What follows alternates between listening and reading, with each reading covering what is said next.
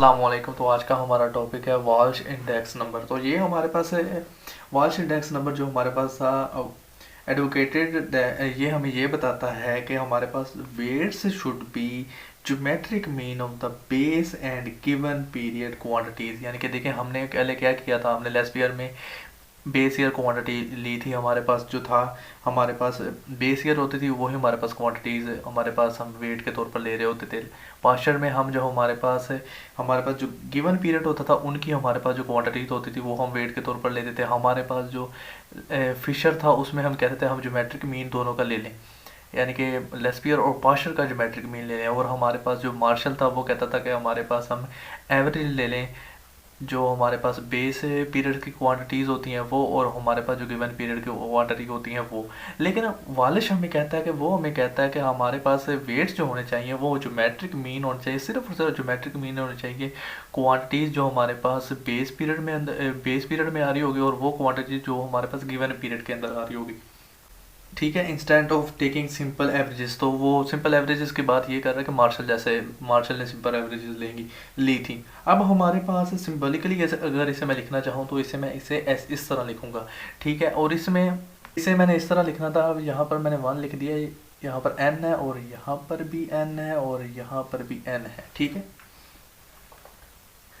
तो इसका मतलब क्या है, अगर हम मिसाल के तौर पर अगर आपको एक क्वेश्चन दे दिया जाए और आपको कहा जाए कि आप वालिश इंडेक्स नंबर को क्या करें, निकाल के दें।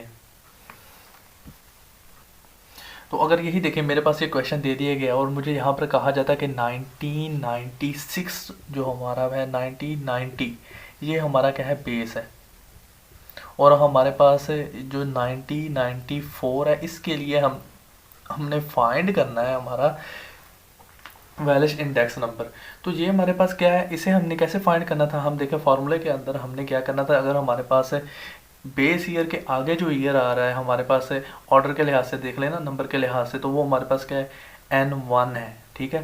पी जहाँ जहाँ पर N लगा हुआ है वहाँ वहाँ पर आप 1 लगा देंगे तो देखिए हमारे पास एक फार्मूला बन गया। अब ये जो वालिश इंडेक्स प्राइस इंडेक्स है ना, आप किसके लिए निकाल रहे हैं, आप ये 1994 के लिए निकाल रहे हैं। अगर मिसाल के तौर पर यहाँ पर आपको 1995 की वैल्यू भी दे दी जाती, प्राइसेस भी दे दी जाती, यानी कि पीस की वैल्यू भी दे दी जाती और क्वांटिटी भी दे दी जाती, क्योंकि यानी कि मिसाल प्राइसेस के हमारे पास जो कॉलम है इसके अंदर एक प्राइसेस का हमारे पास दे दी जाती 1995 के लिए, और क्वांटिटीज़ भी आपको दे दी जाती। तो आपने क्या करना था, तो आपने जहाँ जहाँ पर n लिखा है वहाँ वहाँ पर आपने क्या करना था, आपने P2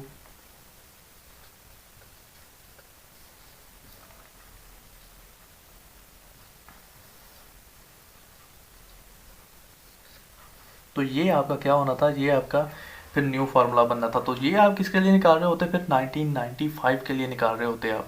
अब देखें आप 1991 के लिए निकाल रहे हैं, आपको सारा पता तो चल गया। अब यानी कि आपने पहले आप देखें जो बेस है हमारा क्या है 1990, तो इसकी जो हमारे पास प्राइस होगी वो P0 होगी, और जो हमारे पास क्वांटिटी होगी वो हमारे पास Q0 होगी। देखिए P0 और Q0 इस तरह P1 और Q1 ये हमने लिख ली। अब हमें पता चल गया हमारे पीस कौन से, P0 कौन सा, P1 कौन सा, Q0 कौन सा, Q1 कौन सा है।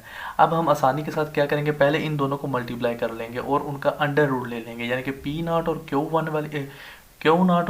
वाली वैल्यू का मल्टीप्लाई करें, इन दोनों को मल्टीप्लाई करें और इनका अंडर रूट भी साथ लेते जाएं। तो ये हमारे पास ये आंसर आ रहे हैं हमारे पास। अब हमारे पास नेक्स्ट फर्दर हमें क्या करना है, हमने P1 के साथ एक दफ़ा इसे मल्टीप्लाई करना है और एक दफ़ा P0 के साथ करना है। इसी वैल्यू को जब आप P1 के साथ करेंगे तो आपके पास ये कॉलम आ जाएगा, और जब इसी वैल्यू को P0 के साथ करेंगे तो आपके पास ये कॉलम आ जाएगा। फिर जाके आप ये देखें, अब हमारे पास ये जो है ये नोमिनेटर की वैल्यू, यानी कि बटे के ऊपर वाली वैल्यू, ये बटे के नीचे वाली वैल्यू है आपकी। आप इसे मल्टीप्लाई करवा देंगे, डिवाइड करने के बाद मल्टीप्लाई करवा देंगे 100 के साथ, तो हमारा ये देखें आंसर निकल के आ गया है।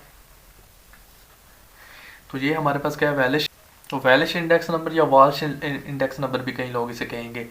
लैंग्वेजेस की डिफरेंस हो सकती है इसमें। अब हमारे पास देखें, हमें इसका आंसर निकालना तो पता चल गया कि इसके हमने आंसर कैसे निकालना, सारा कुछ पता चल गया है।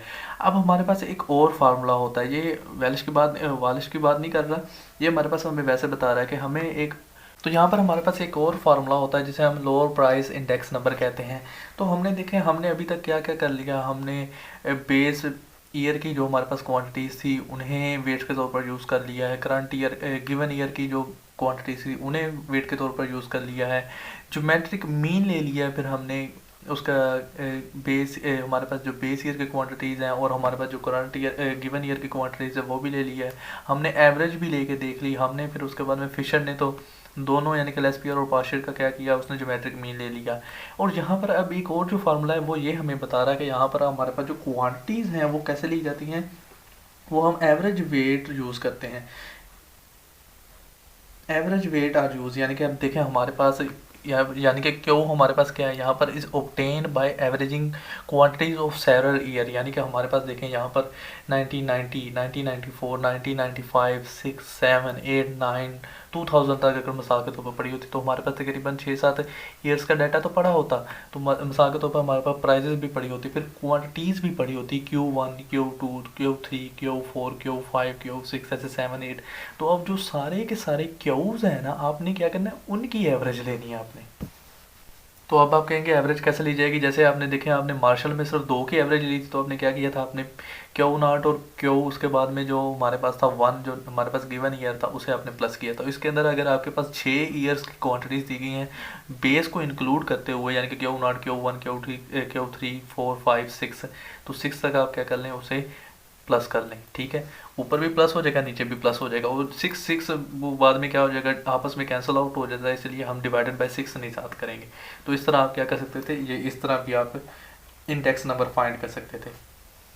तो आज का हमारा टॉपिक इतना ही था, आज के लिए इतना ही। अल्लाह हाफिज़।